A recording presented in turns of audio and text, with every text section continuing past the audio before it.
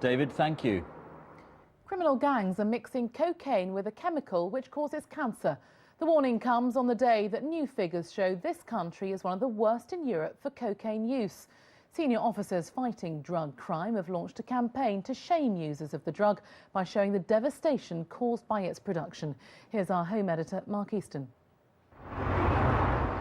Anti-drug officers are at the scene of a West London raid which has yielded more than 60 kilos of chemicals to be used, they believe, by cocaine gangs. The Serious Organised Crime Agency is targeting criminals who import cheap drugs used as so-called cutting agents to dilute cocaine. The seizures come amid new warnings that the most commonly found cutting agent, phenacetin, causes cancer. Phenacetin is a painkiller that is no longer used in the Western world because it causes cancers of the bladder and the kidney, and it also causes kidney failure. It's therefore a drug that people should not snort up their nose.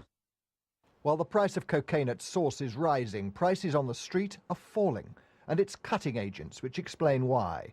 Top quality cocaine is 70% pure, but drug gangs use other cheaper chemicals like phenacetin to dilute the cocaine and increase their profits. These days, 30% purity is commonplace on British streets.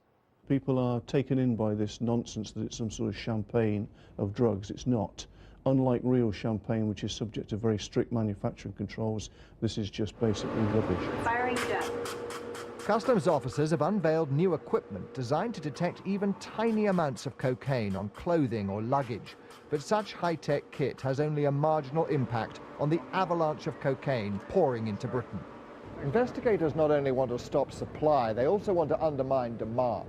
And that means de-glamorizing cocaine, exposing the stories of suffering which accompany every line.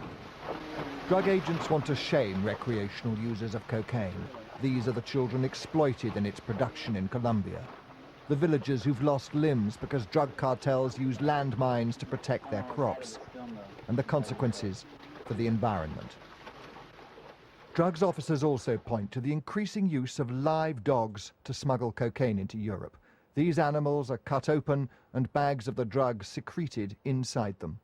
It's a horrible sight. Some of these animals, I think, in fact, I believe most of them died. But it's an obscene way to carry drugs. Who would do that to an animal? Cocaine may have a glamorous image, the drug of choice at some middle-class dinner parties. But Britain's anti-drug agencies say users must bear some responsibility for the suffering it causes. Mark's in the studio now. Mark, the idea of de-glamorising cocaine that you were talking about there in your report, will that really work, do you think? Well, the figures out today show that 5% of young people in Britain have used cocaine in the past 12 months. That's the scale of the challenge that the agencies are trying to reduce. We've spoken to cocaine users here today to try and find out whether they think this campaign to try and, as you say, de-glamorise this drug will work.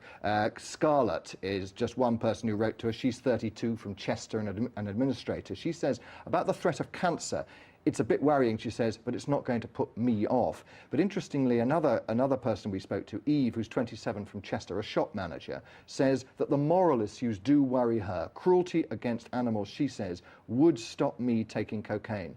I do think those pictures of the dogs, strangely, almost more powerfully than perhaps those awful pictures too from Colombia of the damage to human beings, may shock some people into thinking twice. As you said, powerful stuff. Mark Easton, thank you.